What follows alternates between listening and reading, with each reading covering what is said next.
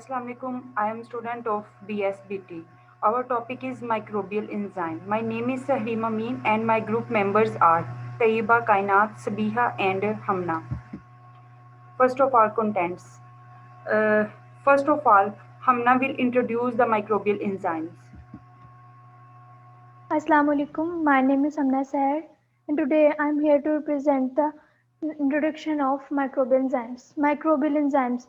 Microbial enzymes वो enzymes जो microbe से extract करते हैं और उनका यूज़ commercially और industrial level पर होता है. Enzymes basically proteins हैं जो reactions करते हैं और substrate पर attack करके desired product देते हैं. Many microbes such as bacteria, actinomycetes, fungi, and yeast extracellularly or intracellularly produce a group of versatile and attractive enzymes with a wide variety of structures and commercial applications. Microbes में सबसे पहले जो हमारे पास minute organisms होते हैं उनके बारे में बात करते हैं जिसके बैक्टीरिया एक्टिनोमाइसीट्स फंजाई और यीस्ट ये एक्स्ट्रासेलुलर इंट्रासेलुलर प्रोड्यूस होते हैं इंट्रासेलुलर का मतलब ये अपने सेल के अंदर और एक्स्ट्रासेलुलर यानी सेल के बाहर प्रोड्यूस होते हैं many microbial enzymes such as amylases, proteases, pectinases, lipases, sianases, cellulases, and licases are extracellular produces. Some enzymes such as catalases from Saccharomyces cerevisiae and Aspergillus niger are intracellular enzymes. दो तरह के enzymes produce करते हैं अब बहुत से enzymes जैसे कि एक्टिनोमाइसीज प्रोटीजेज लाइपेजेज ये सभी एक्स्ट्रा सेलुलर हैं यानी जो सेल से बाहर प्रोड्यूस हो रहे हैं जो सेल के अंदर प्रोड्यूस हो रहे हैं उसमें आगे के हमारे पास सैक्रोमाइसिस सेरेविसाइस स्पर्गिलस इंटरसेलुलर होते हैं ये सब सेल के अंदर प्रोड्यूस होते हैं Microbial enzymes are known to be superior enzymes obtained from different microorganisms. The microorganisms secrete the enzymes into their nutrient medium to make better use of it. Microbial enzymes are known as superior enzymes. ये enzymes superior क्यों है ये microorganisms हैं जो के enzymes के अपने nutrient media को बेटरली यूज करने के लिए सिक्रीट करते हैं माइक्रो ऑर्गेनिजम्स हैं जो वो माइक्रो ऑर्गेनिज्म जो एंजाइम्स को रिलीज करते हैं वो माइक्रोबियल एंजाइम्स होते हैं अब ये जो रिलीज करते हैं इसके लिए करते हैं ताकि वो न्यूट्रिएंट मीडिया उसको अच्छे से मेटाबोलाइज कर सके अच्छे से डाइजेस्ट कर सके नेक्स्ट हमारे पास है बायोकैटालिटिक molecules As biocatalytic molecules, microbial enzymes are ecologically effective and highly specific.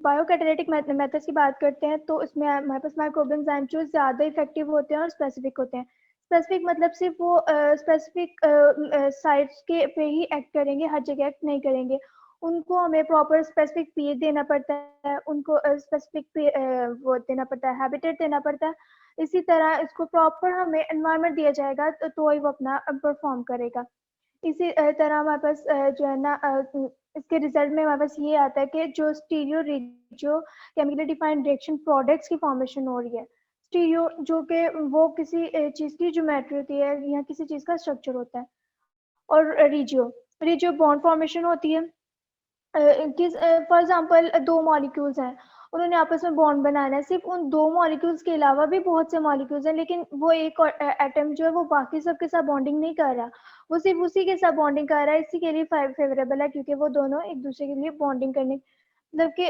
Characteristics में दोनों के अंदर वो एक दूसरे को अपनी तरफ अट्रैक्ट करते हैं और बॉन्डिंग करते हैं मतलब बहुत ज्यादा अगर एटम्स है ना तो उनमें से एक एटम दूसरे एटम के साथ बॉन्ड करता है वो बाकी सब के साथ क्यों नहीं कर रहा क्योंकि उसकी बॉन्डिंग सिर्फ उसी एक के लिए फेवरेबल है उसी एक एटम के लिए इसी को हम फिजियोकेमिकल एटम्स कहते हैं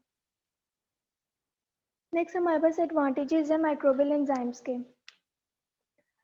इसमें सबसे पहले हमारे पास आए थे broad range of pH temperature and substrate specific हमारे पास सबस्ट्रेट होएगा स्पेसिफिक टेम्परेचर होगा अब फॉर एग्जांपल टेम्परेचर है तो हमारी बॉडी के अंदर कोई भी एंजाइम होगा तो उसका टेम्परेचर 37 डिग्री सेल्सियस ही टेम्परेचर होगा अगर हम इसको ज़रा भी ऊपर नीचे करेंगे तो क्या होगा ऑब्वियसली डीनेचुरेशन हो जाएगी तो जो एंजाइम्स होते हैं वो टेम्परेचर सेंसिटिव भी होते हैं और पीएच सेंसिटिव भी अब हमारी बॉडी का 7.5 पीएच होती है तो इसके बाद एंजाइम्स भी प्रॉपर काम करेंगे इसीलिए माइक्रोबियल एंजाइम्स इन सारे फैक्टर्स के लिए डिपेंडेंट है और उनको प्रॉपर कंडीशन चाहिए वहाँ पे मैनेज और सर्वाइव करने के लिए स्पेसिफिसिटी हमारे पास उसकी स्पेसिफिसिटी का बता रही हूँ कि जैसे फॉर एग्जांपल हम लैक्टिक एसिड लेते हैं तो ये एंजाइम ले रहे हैं हम जब दही जमाते हैं तो उसमें इलेक्ट्रिक एंजाइम्स होते हैं जो वही एंजाइम उस प्रोसेस को आगे प्रोसीड कर रहा होता है। कोई और एंजाइम नहीं कर सकता, जो एंजाइम का जो काम है वही करता है और दूसरा एंजाइम वो काम नहीं करेगा। नेक्स्ट हमारे पास वैरायटी ऑफ एंजाइम्स हैं। वैरायटी होगी हमारे पास एंजाइम्स की, जो एंजाइम्स है वो बहुत वैरायटी के होते हैं, मतलब हर एंजाइम एक जैसा नहीं होता, हर एक स्पेसिफिक होता है। उससे मतलब ये कि बहुत सी वैरायटी है, उनकी एक्टिव साइट भी डिफरेंट होगी, इसी तरह उसके स्ट्रक्चर में भी थोड़ी बहुत डिफरेंसिंग होएगी। मतलब उनकी कंपोजिशन से लेकर हर चीज, एंजाइम की कंपोजिशन से लेकर उनकी कनेक्टिविटी, जो मॉलिक्यूल्स जो आप इनके अंदर एटम्स होते हैं उनकी कनेक्टिविटी से लेकर हर चीज एक दूसरे से डिफरेंट होएगी। टाइम एंड क्वांटिटी, टाइम और क्वांटिटी भी डिफर करती है। अभी किस तरह डिफर करती है कि जो टाइम है, एक एंजाइम जितना टाइम लेता है प्रोसीड करने को, प्रोसेस को, वो उस पर डिपेंड करता है। तो उसका सबस्ट्रेट किस तरह का होगा, इस पर डिपेंड करेगा कि उसका सबस्ट्रेट कैसा है, इस प्रोसेस को रिएक्शन में कितना को वो उसे रिएक्शन रेट चाहिए होगा, मतलब कि कितनी स्पीड चाहिए टाइम में वो रिएक्शन प्रोसीड कर सकता है। तो ये जो प्रोसेस है ये एक दूसरे से डिफर करता है। फॉर एग्जाम्पल अगर स्टमक का प्रोसेस है, तो इसमें 3 से 4 घंटे तो लग ही जाएंगे ना हमें, मतलब खाना डाइजेस्ट करने में। ये तो नहीं कि हमने अभी खाया तो फौरन से वो हजम हो गया, वो पूरा अपना टाइम लेता है। इसके अलावा प्रोडक्शन कॉस्ट है, इसके प्रोडक्शन कॉस्ट होगी तो कंपटीशन ज़्यादा होगा तो प्रोडक्शन कॉस्ट भी इंक्रीज करनी करती जाएगी। बायोडिग्रेडेबल, कोई भी चीज़ होती है तो लिविंग ऑर्गेनिजम्स होते हैं, किसी भी चीज़ को डिग्रेड या डिस्टर्ब कर देंगे तो उसको हम बायोडिग्रेडेबल कहते हैं। नेक्स्ट है जी हमारे पास commercial demand. Commercial demand currently approximated 200 types of microbial enzymes from 400 known enzymes. 200 to 4000 enzymes हैं, उनमें से 200 एंजाइम्स जो डिस्कवर कर लिए गए हैं कि इनमें से 20 जो है वो इंडस्ट्री प्रोड्यूस कर रही है commercially for the human welfare. अब जाहिर सी बात है कि इतनी कम कंपनीज प्रोड्यूस कर रही हैं तो इनको उनके बीच कम कितना को मतलब कम कंपटीशन होगा। जितनी चीज कंपटीशन, जितनी चीज की प्रोडक्शन कम होती है उतना ही कंपटीशन भी कम होता है। कंपटीशन इस तरह डिक्रीज करता है कि उसको बनाने वाले हम जो टेक्नोलॉजीज यूज करते हैं, मोस्टली डीएनए रिकम्बिनेंट यूज कर रहे होते हैं, तो इसके अंदर हम डीएनए फैक्टर लगाते हैं, उस प्लाज्मिड के अंदर वो डीएनए छोटा सा पीस होता है, डीएनए उस बैक्टीरिया या फिर एंजाइम का हम जो प्रोटीन चाह रहे हैं हमारी बनेगी, तो वो इस बैक्टीरिया से निकाल के वो एंजाइम्स बनेंगे तो हम निकाल के डीएनए में लगा देते हैं। डीएनए का प्लाज्मिड किसी भी बैक्टीरिया का लेते हैं और जो हम इसके अंदर वेक्टर लगा रहे हैं वो हमारी एंजाइम होता है जो हम आगे से रिप्रोड्यूस करवाना चाह रहे हैं। तो जो यानी मल्टीप्लाई होता जाएगा इससे, हम लोग अगर देखें तो उसके 1 से 2, 2 से 4, 4 से 6 यानी मल्टीप्लाई होता जाएगा इस तरह, इसे प्रोडक्ट इंक्रीज करती जाएगी। तो अगर लेटेस्ट टेक्नोलॉजी यूज कर रहे हैं तो इस तरह कंपटीशन डिक्रीज करेगा और प्रोडक्शन इंक्रीज करती जाएगी। और जो अभी मतलब थोड़ा सा प्रेशर आया होगा कंपनीज पे, इन इंडस्ट्रीज पे वो ज्यादा प्रोड्यूस करने का, तो वो थोड़ा सा डिक्रीज कर जाएगा। नेक्स्ट हमारे पास geographical demand. Geographically demand for industry enzymes in mature economies such as United States, Western Europe, Japan etcetera. Geographically देखें तो पॉपुलेशन को कितना चाहिए, जो मतलब मेच्योर इकोनॉमीज हैं की डिमांड हाई है।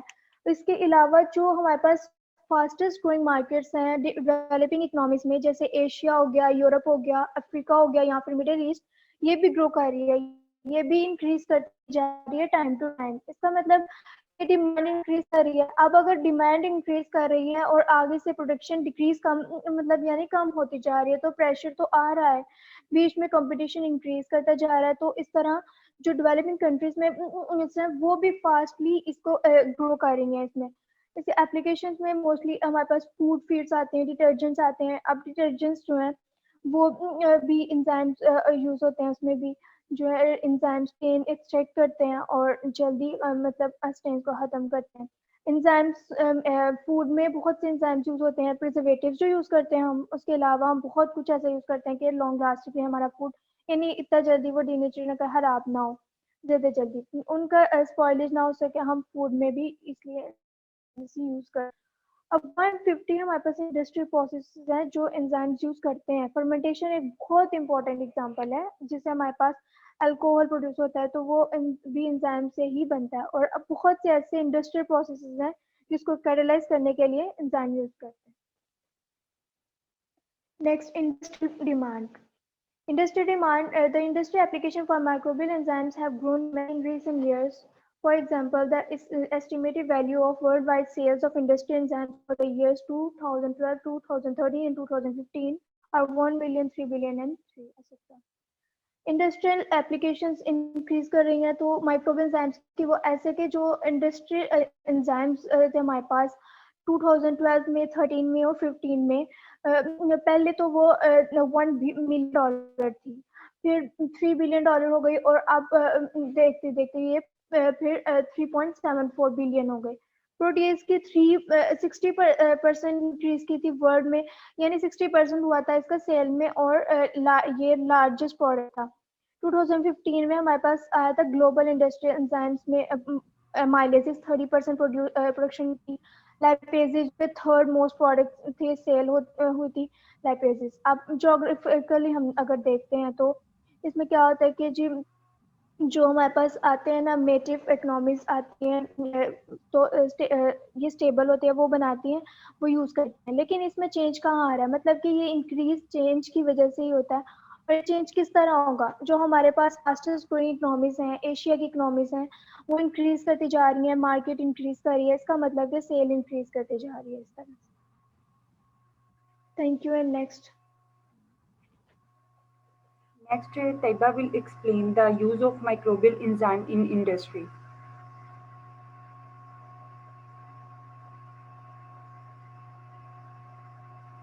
Assalamu alaikum. I'm Now, Taiba, Taiba. and my part of this presentation is microbial enzyme in industry.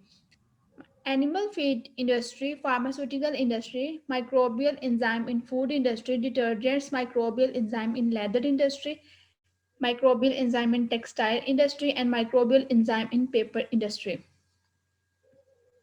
Next.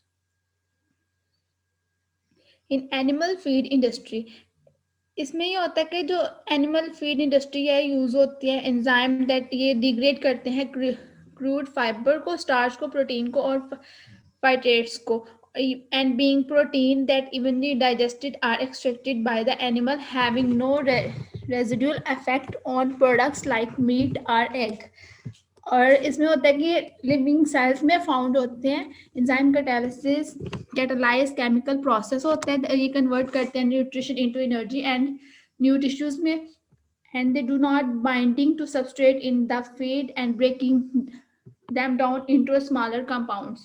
Next,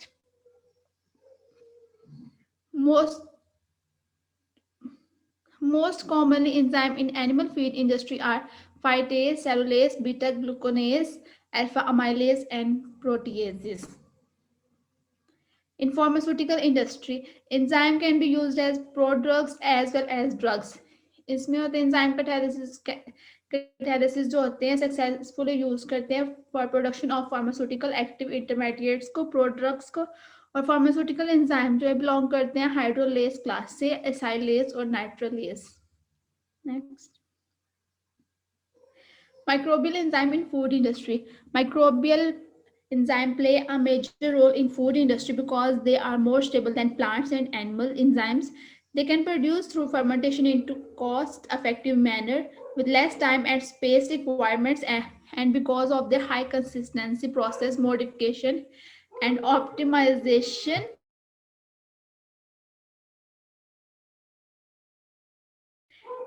can be done very easily. They are used for production of glucose syrup. Crystalline are used for production of glucose syrups and crystalline maltose syrups etc. इसमें ये होता है कि lipases commonly use होता है production of variety of products में ranging from fruit juices baked food vegetables accurate control of lipase concentration of pH temperature and emulsion या require होती है जिसमें production of flavours and fragrance को maximise कर देते हैं बायोमॉलिक्यूल्स इफेक्टिवली इन्वॉल्व होते हैं इंप्रूविंग फूड प्रोडक्शन में such as flavour aroma colour texture और अपीयरेंस में. Next,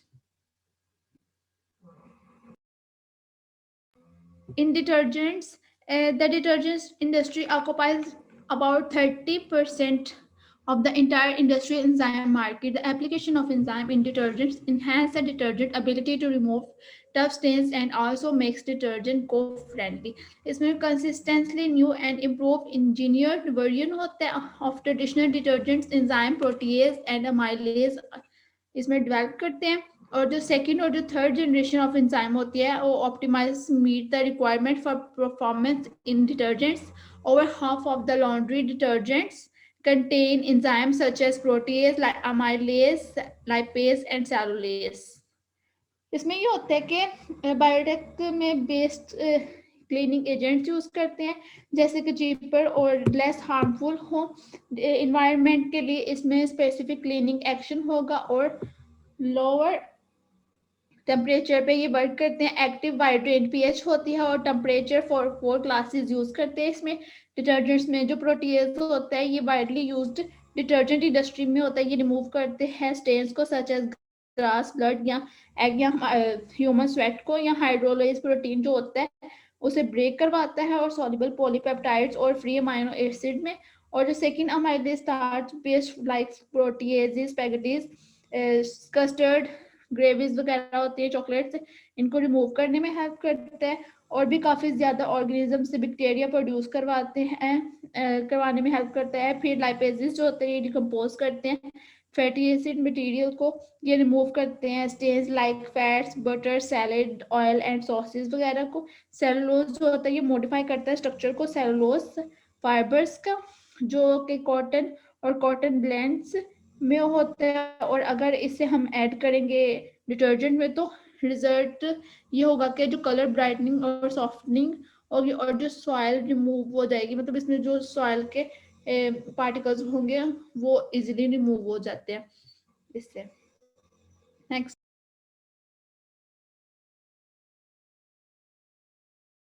microbial enzyme in leather industry. One of the oldest application of enzyme in processing of leather. जो enzyme होता है इसमें proteases होते हैं और lipases होते हैं. In additional chemical offer effective way to remove unwanted part from animal skins. इसमें जो होता है एंजाइम, इसमें दो तरह के एंजाइम यूज करते हैं. एक प्रोटीएजेस होता है, एक लाइपेजेस होता है. वो ऐड किया जाता है बाकी केमिकल्स के अलावा, जिसे अनवांटेड पार्टिकल्स होते हैं एनिमल स्किन के उनको हम रिमूव कर सकते हैं.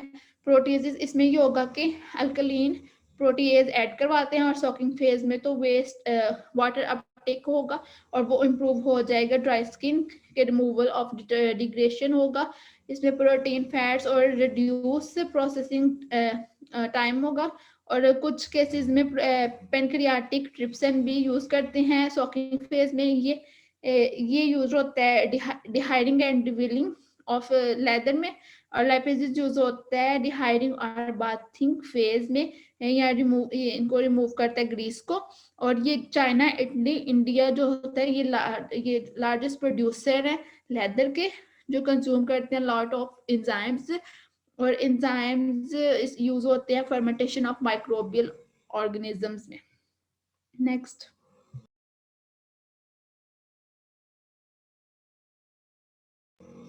microbial enzyme in textile industry.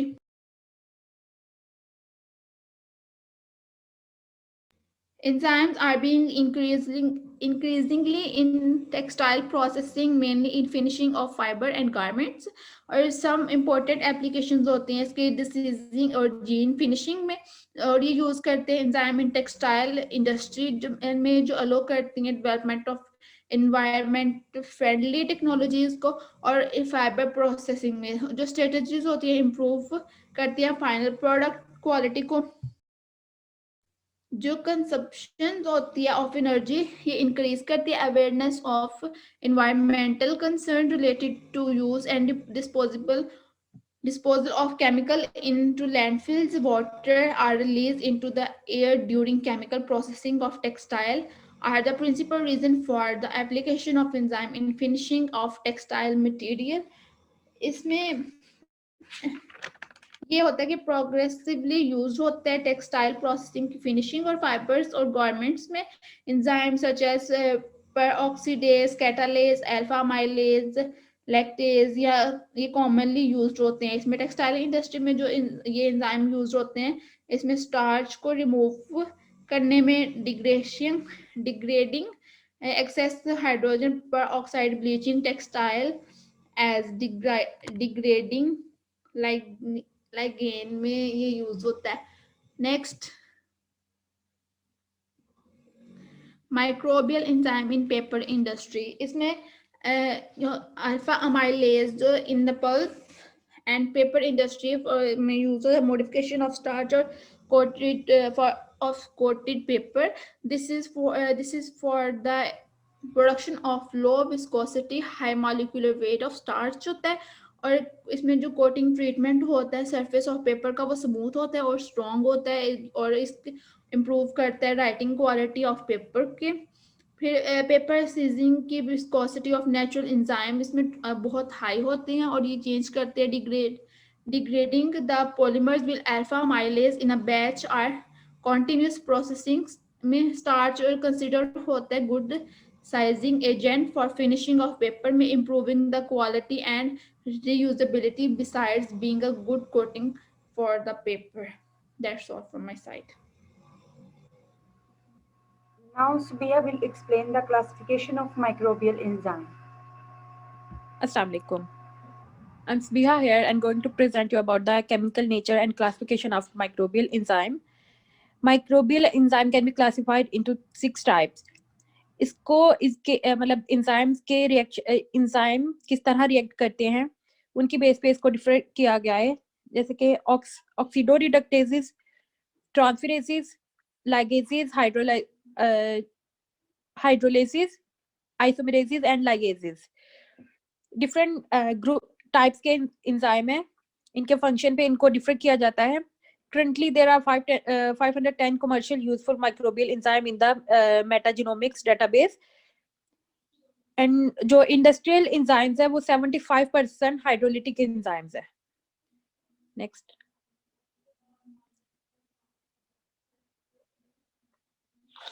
Amylases. Amylases are a class of enzyme that catalyze the hydrolysis of starch into sugar such as glucose and maltose.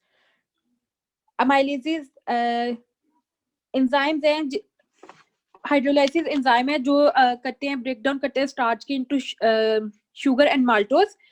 एमाइलेजेस को एमाइलेजेस की 3 सब क्लासेस हैं, alpha, beta and gamma, according to their bond cleavage. And alpha enzyme को इसलिए ज्यादा prefer किया जाता है क्योंकि जो बीटा एंजाइम और गामा एंजाइम है, बीटा एंजाइम सिर्फ प्लांट और माइक्रोब से एक्सट्रैक्ट किए जा सकते हैं और गामा एंजाइम जो है एनिमल और माइक्रोब से। इसलिए अल्फा माइलेज जो एंजाइम है ये एनिमल, प्लांट और माइक्रोब तीनों से एक्सट्रैक्ट किए जा सकते हैं, इसलिए अल्फा माइलेज ज्यादा डोमिनेंट है। Alpha mileage catalyse the hydrolysis of internal alpha 1,4-O glycosidic bond in polysaccharide with the retention of alpha anomeric configuration in the product.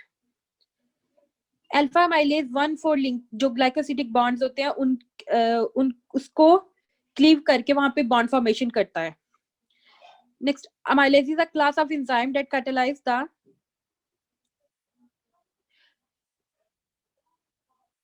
next करो। Most of the alpha amylase are metallo enzyme। ज्यादातर जो alpha enzymes हैं इनके लिए किसी ना किसी metallo enzyme की जरूरत होती है एज अ कोएंजाइम। इसलिए अल्फा एमाइलेज की एक्टिविटी के लिए कैल्शियम आयन यूज होते हैं for the structure integrity and stability. Microorganisms are capable of producing a tremendous amount of alpha amylase for industrial application. इनको माइक्रोऑर्गेनिज्म से एक्सट्रैक्ट किया जाता है सच एज बैक्टीरिया। और बैक्टीरिया इसमें कौन कौन से हैं, like bacillus amyloliquefaciens, bacillus licheniformis, bacillus stearothermophilus. Next, cellulases. Cellulases are enzyme that hydrolyze the beta 1,4 linkage in cellulose chain. Cellulase enzyme है, ये break down करते हैं cellulose की from cellulose molecule into simple sugar. Different इसकी families है, like इसको cellulase, एंडोसेलुलेज, एक्सोसेलुलेज and glucosidase में 3 classes में इसको डिफाइन किया गया है इनके फंक्शन की बेस पे। जो एंडोसेलुलेज एंजाइम्स हैं वो रैंडमली क्लीव करते हैं सेलुलोज को किसी भी साइड से, और जो एक्सोसेलुलेज है वो क्लीव करते हैं उस जो रैंडमली क्लीव किए हुए बॉन्ड है उसको 2 to 4 ग्रुप्स में डिवाइड करते हैं। देन जो ग्लूकोसाइडेज है वो उसी चेन को सिंगल इंडिविजुअली जो है मोनोसेक्राइड में ब्रेक कर देते हैं। Next, lipases catalyze hydrolysis of triacylglycerol to glycerol, diacylglycerol and monoglycerol and free fatty acids। lipases वो एंजाइम है जो लिपिड की हाइड्रोलिसिस के लिए यूज होते हैं। लाइक ये ट्राइसाइलग्लिसरॉल को सिंगल, डबल और triple, like mono, di and glycerol में कन्वर्ट करते हैं and free fatty acid. Bacterial lipases are classified into 8 families. Bacterial lipases को 8 classes में define किया गया है based on the differences in their amino acid sequence. Bacterial lipases इस तरह इनको different families में convert different families में किया गया है कि इनकी जो amino acids हैं ये different है, इनकी sequence पे इनकी base classes को अलग किया गया है। But the family 1 of true lipases is the most represented one and can be further divided into Pseudomonas lipase subfamily, Bacillus lipase subfamily and Staphylococcal lipase subfamily. Next, lipases belong to the class of serine hydrolysis. इसको जो lipase enzyme है serine hydrolysis की class को belong करते हैं because इनके active site पे serine present होता है हाइड्रोलाइसिस के लिए। And lipase hydrolyse the ester bond at the interface between the insoluble substrate phase and the aqueous phase where the enzyme remain dissolved. Some of the most commercially important lipases producing fungi भी microorganism है, इससे इसको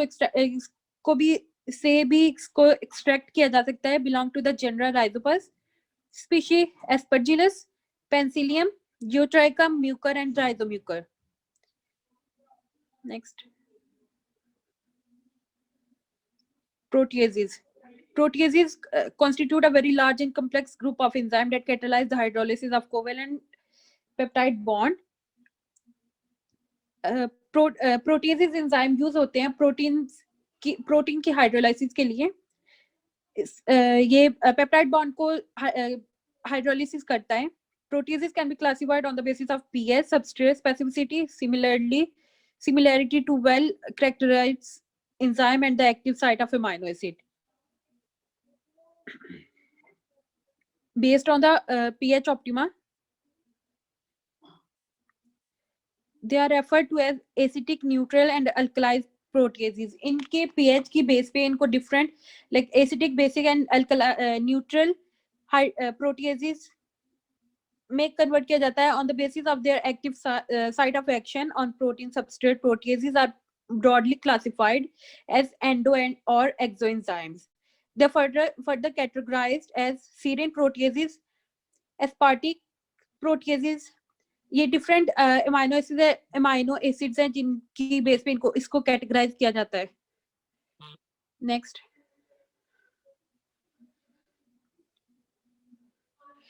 alkaline series proteases are the most dominant group of proteases produced by bacteria, fungi, yeast and actinomyces.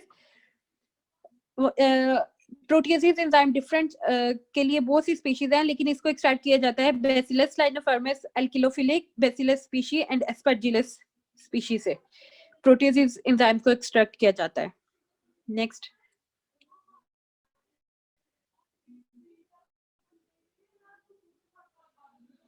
xylinases are a group of glycoside hydrolase enzyme that degrade the linear polysaccharide xylene into xylose by categorizing catalyzing the hydrolysis of the glycosidic linkage of beta-1,4 of glycosides.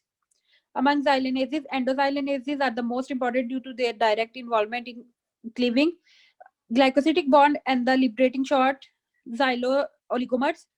Although several bacillus species secrete high level of extracellular xylanase, और xylanase enzyme के लिए जो microorganism use होते हैं वो trichoderma, penicillium and Aspergillus. Next. Now I'll talk about the production of microbial enzymes. Production of microbial enzymes, fermentation methods and purification methods. Production of microbial enzymes. इसमें है कि जो फर्मेंटेशन एक ऐसी तकनीक है कि जिसमें हम बायोलॉजिकल कन्वर्जन करते हैं. कन्वर्जन का मतलब है कि कॉम्प्लेक्स सबस्ट्रेट्स को सिंपल कंपाउंड्स में कन्वर्ट कर देते हैं, ठीक है. यानी कि बड़ी चीज़ों को छोटी चीज़ों में कन्वर्ट करना ताकि वो आसानी के साथ बन सकें. इस प्रोसेस को हम फर्मेंटेशन कहते हैं और ये प्रोसेस हम माइक्रो ऑर्गेनिजम्स की मदद से करते हैं. और फर्मेंटेशन के इस प्रोसेस को माइक्रोबियल एंजाइम्स बनाने के लिए भी इस्तेमाल किया जाता है, ठीक है. Much work has been focused on the screening of enzyme producing microorganisms, physiological optimization for substrates, carbon source and nitrogen source, pH of the media and the cultivation temperature during the fermentation process. Fermentation methods. There are two types of cultivation methods for all biological enzymes: submerged fermentations or solid state fermentations. Submerged fermentations. Submerged fermentation में हम लोग अगर देखें तो जो submerged fermentation में microorganisms को grow करने के लिए high oxygen liquid nutrient medium चाहिए होता है, ठीक है. और जो है ना विस्कोसिटी ऑफ ब्रॉथ भी बहुत मैटर करती है. जब हम फंगल सबमर्ज्ड फर्मेंटेशन करवाते हैं तब फंगल सेल को ग्रो करवाने के लिए और माइकेलियम को प्रोड्यूस करवाने के लिए एक हिंडर इम्पेलर एक्शन होता है जिसकी वजह से ये ग्रो कर सकते हैं. इसमें ऑक्सीजन की ज़्यादा ज़रूरत होती है, इसलिए सबमर्ज्ड फर्मेंटेशन कम यूज़ होती है. और जो नेक्स्ट जो सॉलिड स्टेट फर्मेंटेशन है, ये फर्मेंटेशन का प्रोसेस ज़्यादा इस्तेमाल होता है क्योंकि इसके अंदर लिक्विड कम यूज़ होता है और ये सस्ता भी होता है और ये सिंपल भी होता है. इसलिए इस फर्मेंटेशन को ज़्यादा ठीक समझा जाता है माइक्रोबियल एंजाइम की प्रोडक्शन करवाने के लिए, क्योंकि इसके अंदर कुदरती सबस्ट्रेट होते हैं जैसा कि एग्रीकल्चर रेसिड्यूज़ को इस्तेमाल करके हम एंजाइम को ग्रो करवा सकते हैं. Next purification method. Purification method में कि जब एक चीज़ फर्मेंट हो जाती है तो वो अपनी क्राउड फॉर्म में आ जाती है. क्राउड मतलब ओरिजिनल हालत में. उसको इस्तेमाल करने के लिए प्योरीफाई करना पड़ता है और जैसा कि पानी को साफ़ करते हैं ऐसे ही प्योरीफाई करेंगे उस चीज़ को, फिर इस्तेमाल कर सकेंगे हम लोग. दूसरा तरीका ये है कि जो एंजाइम होंगे जिनको हमने बायोरिएक्टर्स की मदद से बनाया है उनको हमने प्योरीफाई करना है. प्योरीफाई करने के लिए the extraction methods are followed by the purification process. There are mainly 3 major purification methods for microbial enzymes. यानी कि प्योरीफाई करने के लिए तीन तरीके इस्तेमाल हो सकते हैं. जो पहला है ना वो बेस्ड करता है आयनिक प्रॉपर्टीज़ ऑफ एंजाइम्स पे. दूसरा जो है वो बेस्ड करता है एबिलिटी टू गेट अब्जॉर्ब्ड. और जो थर्ड वाला है वो बेस्ड करता है difference in size of molecules पे. और उसके बाद है कुछ जो प्रोसीड्यूर है ना जिनकी वजह से हम एंजाइम्स की प्योरीफिकेशन कर सकते हैं. उसमें है क्रिस्टलाइजेशन, इलेक्ट्रोफोरेसिस और क्रोमेटोग्राफी और इंडस्ट्रियल स्केल उसके बाद application of industrial scale chromatography. Cross linked gels को इस्तेमाल करके एंजाइम सॉल्यूशन को डिसोलेशन करना. क्रॉस लिंक्ड जेल्स की एग्जांपल में आएगा G25 सिफाडेक्स. और नेक्स्ट नंबर 2 पे है दूसरा इसका यूज़ होगा कि बैच को अलग करना आयन एक्सचेंज की मदद के साथ. आयन एक्सचेंज की मिसाल है A50 DEAE सिफाडेक्स A50. उसके बाद है क्रोमेटोग्राफी के इस्तेकाम और हाइड्रोलिक खसूसियात में बेहतरी लाई गई है ताकि ये तकनीक को प्रोडक्शन स्केल पर इस्तेमाल किया जा सके। नेक्स्ट है जोन स्प्रेडिंग। इसमें हमारे पास होगा कि जो जोन स्प्रेडिंग है वो कॉलम की परफॉर्मेंस के साथ होती है। इसमें 3 तरह के फैक्टर्स आते हैं, ठीक है। Longitudinal diffusion in the column, उसके बाद है इक्विलिब्रेशन, उसके बाद है इनएडिक्यूट कॉलम पैकिंग। सबसे पहले है जो लॉन्गिट्यूडिनल डिफ्यूजन है, इसको हम कम कर सकते हैं हाई फ्लो रेट को इस्तेमाल करके, ठीक है। उसके बाद जो ये नेक्स्ट इक्विलिब्रेशन है, इसको हम लोग ऑप्टिमल कर सकते हैं स्टेशनरी और मोबाइल फेज के दरमियान लो फ्लो रेट पर, ठीक है। और नेक्स्ट जो हमारे पास है इनएडिक्यूट कॉलम पैकिंग, ये सबसे इम्पोर्टेंट है, ठीक है। ये ज़्यादा प्रेशर को कम करने से ज़्यादा प्रेशर को कम होने से बचाता है, ठीक है। इसमें हर कॉलम्स का साइज जो है ना वो एक जैसा होना चाहिए ताकि पार्टिकल साइज डिस्ट्रीब्यूशन ठीक हो, पोरोसिटी हो और रेजिस्टेंस टू फ्लो हो, ठीक है। उसके बाद और अगर ऐसा नहीं होता तो कॉलम में हमने जो सॉल्यूशन रखा है वो अनइवन हो जाएगा और इस वजह से जो जोन ब्लीडिंग शुरू हो जाएगी और इसलिए कॉलम का साइज एक जैसा होना इसलिए ज़रूरी है कि कॉलम का साइज एक जैसा हो। नेक्स्ट है future of microbial enzyme. Microbial enzymes का अगर फ्यूचर देखा जाए तो enzymes are some of the most important biomolecules which have a wide range of applications in industrial as well as biomedical field. Today, enzymes are some of the most important molecules that are widely used in every sector, whether that may be dairy, industrial, agriculture, or pharmaceutical fields. और next है कि जो market में हम लोगों ने ये है कि मार्केट में देखा गया है कि जो 34% इंजाइम्स है ना उसका इस्तेमाल फूड और एनिमल की फील्ड में होता है। 29% जो इंजाइम है उसका इस्तेमाल जो है वो डिटर्जेंट्स और क्लींजर में होता है और 11% इस्तेमाल जो है पेपर्स और पल्प्स में होता है। 17% इस्तेमाल टेक्सटाइल और लेदर की इंडस्ट्री में होता है।